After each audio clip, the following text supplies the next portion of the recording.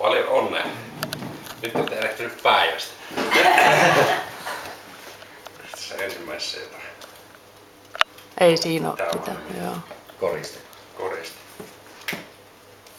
Ai 30 vesenteri. No niin. No ei niitä kemuja tullut, niin annetaan se nyt näin jälkikäteen, niin kuin annettiin Kaisallekin. Joo. No sä et saa kuppiakin kunnolla, no ei se käy suulla vaihtaa. Karva tärisee käsi.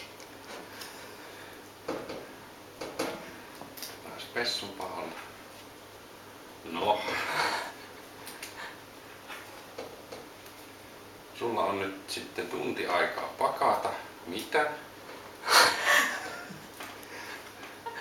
Ja mitä tarvit mukaan?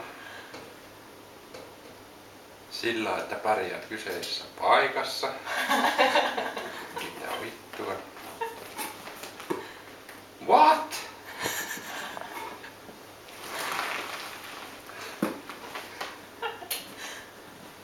Tampere to Milan.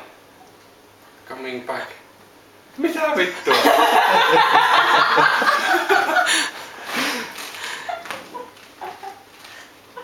Kelaa eteenpäin. Kelaa eteenpäin.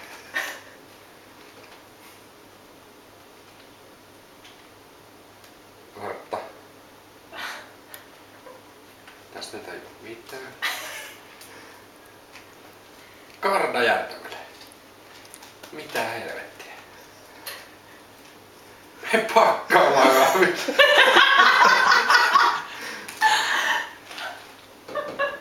Ei vittu. Siis pitäis me nyt oikeesti lähteä tästä. Kyllä. No hyvä, ettei vedä sinne Ivekalle soittamaan. Arvaappa, onko mä ihan pari puhelua ottanut tällä viikolla. Joo. Mutta mulla sunnuntainakin valuu hiki, kun ne vitun pöydät jäi meille. Joo. Mä oon tiedottanut mitä kesäkuusta saa. Joo. Ei vittu. Joo. Tää Italia. Ai että Italia. Niin, että lähden nyt purkaa tuon Ivekko ja 14.30. järjestelee se halli ja mä alan nimittäin pakkaamaan. Mutta ei vissiin soittaa sille Niemiselle, että ei me ajetakaan mitään. Sekin tietää. Ai tietää.